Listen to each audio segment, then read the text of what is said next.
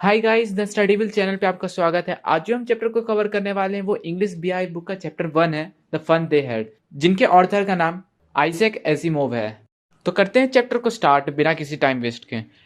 ये बात है करीब 17 मई 2157 की, जिस वक्त मार्गी नाम की एक लड़की अपने डायरी में लिखती है, Tommy found a real book. ये बात सुनने में भले ही बहुत छोटा लग रहा होगा, लेकिन हम बात कर रहे हैं आज से 135 साल बाद की, जब उस वक्त के बच्चे ना किसी बुक से पढ़ा करते होंगे और ना ही वो अपने नोट्स को किसी नोटबुक में लिखा करते होंगे।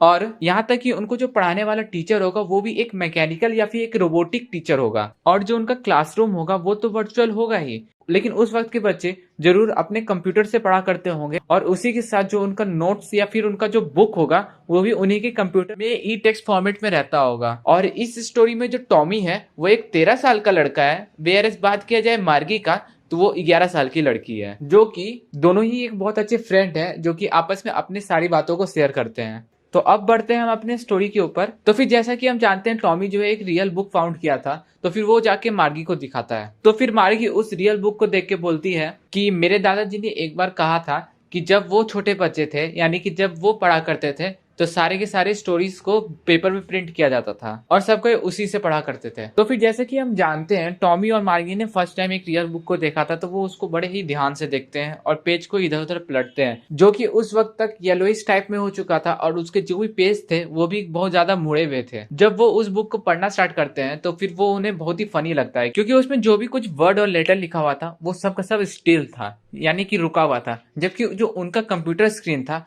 उसमें जो भी वर्ड या फिर टेक्स्ट लिखा हुआ रहता है वो इधर उधर मूव करते रहता है, और जब भी वो पेज को पीछे पलटते हैं तो फिर उन्हें वही वर्ड मिलता है जो उन्होंने फर्स्ट टाइम पढ़ा था। तो फिर ये सब चीज देखने के बाद टॉमी को वो बुक एक कचरा लगने लगता है, क्योंकि अगर कोई भी उस बुक को खत्म कर लेगा तो फिर वो उस बुक को फेंक देगा। लेकिन जो टॉमी का टीवी स्क्रीन है उसमें तो मिलियंस ऑफ बुक रहता है, और वो चाहे तो और भी ढेर सारे बुक्स को उसमें रख सकता है, वो थोड़ी ना उस टेलीविजन स्क्रीन को फेंक देता है। तो फिर इस बात से मार्गी भी एग्री हो जाती है और उससे पूछती है ये बुक तुम्हें कहाँ मिला था। तो फिर टॉमी बोलता है उसके घर में छत के नीचे जो कबाड़ रखा हुआ था उसी में, पॉइंट आउट करके, क्योंकि वो उस बुक को रीड करने में बहुत ही ज्यादा बिजी था। तो फिर मार्गी बोलती है इस बुक में ऐसा क्या लिखा हुआ है जो तुम इतने गौर से इसको पढ़ रहे हो। तो फिर टॉमी बोलता है इसमें स्कूल के बारे में लिखा हुआ है। देन मार्गी रिप्लाई करती है कि भला स्कूल के बारे में कौन लिख सकता है, स्कूल तो इतना घटिया जगह होता है। और अब तो मार्गी को स्कूल और भी घटिया लगने लगा था, क्योंकि जो उसका मैकेनिकल टीचर था वो हर टेस्ट के बाद एक और टेस्ट लेने लगा था ज्योग्राफी में, जिसमें मार्गी हर बार गंदा परफॉर्म करती थी,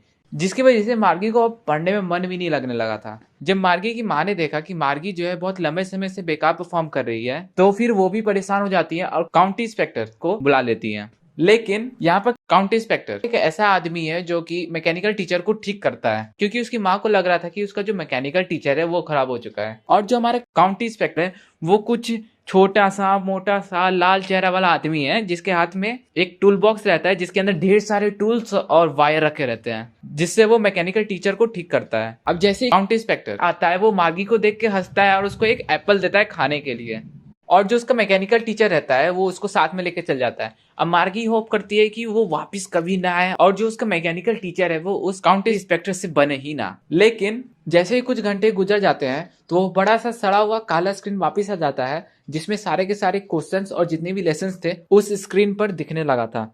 ये सब तो कुछ ठीक था, लेकिन मार्गी को सबसे ज्यादा बेकार लगता था वो हिस्सा जिस हिस्से में उसको जो है अपना होमवर्क और टेस्ट पेपर को पुट करना रहता था पंच कोड में, जो कि मार्गी 6 साल की उम्र में सीख ली थी। और जो उसका मैकेनिकल टीचर था वो जस्ट फ्यू सेकंड्स में ही सारे मार्क्स को कैलकुलेट कर लेता था। एंड जैसे ही कंट्री इंस्पेक्टर मैकेनिकल टीचर को ठीक कर लेता है, वो मार्गी की माँ से स्माइल करते हुए बोलता है कि इसमें इस छोटी बच्ची का कोई गलती नहीं था, क्योंकि इसका जो मैकेनिकल टीचर में ज्योग्राफी सेक्टर था वो कुछ ज्यादा ही आगे बढ़ चुका था, जिसको मैंने लगभग में 10 साल की एज पे सेट कर दिया है। और मार्गी का जो परफॉर्मेंस है वो बहुत ही ज्यादा सेटिस्फाइंग है। लेकिन मार्गी उस कंट्री इंस्पेक्टर के परफॉर्मेंस से बहुत ही ज्यादा डिसअपॉइंटेड हो जाती है, क्योंकि वो चाहती थी जो उसका मैकेनिकल टीचर है वो उसे अपने साथ लेके चल जाए, जैसा कि उसने टॉमी के मैकेनिकल टीचर के साथ किया था जब वो खराब हो गया था, जिसमें जो उसका हिस्ट्री सेक्शन था वो पूरी तरीके से उड़ चुका था, और उसको ठीक करने के लिए उसने उस मैकेनिकल टीचर को अपने पास 1 महीने के लिए रख लिया था। तो मार्गी भी कुछ ऐसे ही एक्सपेक्ट कर रही थी। और इसके बाद वापिस मार्गी और टॉमी के बीच में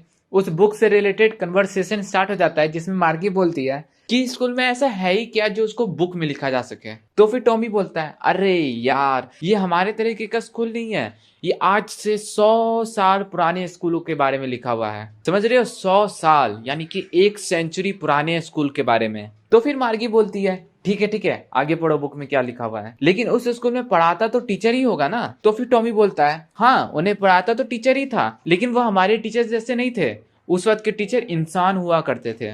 फिर मार्गी बोलती है, इंसान इंसान कैसे हो सकता है टीचर। फिर टॉमी बोलता है, उस वक्त वही लोग थे जो होमवर्क देते थे, टेस्ट लेते थे और उन बाकी सभी चीजों को समझाते थे। फिर मार्गी बोलती है, भला एक आदमी इतना स्मार्ट कैसे हो सकता है। फिर टॉमी बोलता है, क्यों नहीं हो सकता है, तब तो तुम्हें मेरे पापा से मिलना चाहिए। फिर मार्गी बोलती है, अच्छा ठीक है, लेकिन कितना अजीब लगता होगा ना जब तुम्हारे घर में कोई एक आदमी आएगा तुमको पढ़ाने के लिए। फिर टॉमी थोड़ा सा हंसता है और फिर बोलता है, अरे यार तुमको तो कुछ पता ही नहीं है, उस वक्त कोई टीचर हमारे घर में पढ़ाने नहीं आता था। वहां पर एक स्पेशल बिल्डिंग था जहां पर सभी के सभी बच्चे जाते थे पढ़ने के लिए, और जितने भी बच्चे सेम एज के थे वो सब एक ही चीज पढ़ा करते थे। फिर मार्गी बोलती है कि मेरी माँ ने कहा था टीचर को बच्चे के माइंडसेट के हिसाब से एडजस्ट होना पड़ता है ताकि वो चीजों को अच्छे तरीके से समझा पाए। फिर टॉमी बोलता है, अगर तुमको ये बुक अच्छा नहीं लग रहा है तो मत पढ़ो। तो फिर तुरंत से मार्गी बोलती है, मुझे पढ़ना है। और बस उन्होंने अपना आधा बुक भी खत्म नहीं किया था, तभी मिसेस जॉन्स जो कि मार्गी की माँ है कहती है कि मार्गी तुम्हारा स्कूल का टाइम हो गया है। तो फिर मार्गी टॉमी से बोलती है कि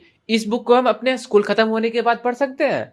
तो फिर टॉमी बोलता है शायद, और फिर उसके बाद टॉमी उस बुक को लेकर सीटी बजाते हुए वहां से चल जाता है। और फिर मार्गी भी अपने क्लासरूम में चल जाती है जो कि उसके बेडरूम से जस्ट आगे वाले रूम में है, जहां पर उसका मैकेनिकल टीचर हर दिन की तरह वेट कर रहा था एक्सेप्ट संडे और सैटरडे। जैसे ही मार्गी मैकेनिकल टीचर के पास जाके बैठती है, वो आज के लेसन के बारे में बता रहा होता है जो कि arithmetic addition of proper fraction था, और इसी के साथ बोल रहा था कि अपना होमवर्क सबमिट करें। और इसी तरह मैकेनिकल टीचर बड़बड़ाते जा रहा था, लेकिन मार्गी कहाँ सुनने वाली थी, क्योंकि मार्गी पुराने तरीके के स्कूलों के बारे में सोच रही थी जहां पर सारे के सारे बच्चे एक ही बिल्डिंग में आते होंगे, साथ में पढ़ते होंगे, साथ में खेलते होंगे और अपना होमवर्क भी साथ में मिलके बनाते होंगे और सब मिलके आपस में मजा भी करते होंगे। यहीं से आता है हमारे चैप्टर का नाम, द फन दे हैड। इसी के साथ हो जाता है हमारा चैप्टर खत्म। मिलते हैं अगले वीडियो में। जनवरी, फरवरी, मार्च, अप्रैल, मई, जुलाई, सितंबर, अठंबर, नवंबर, संडे,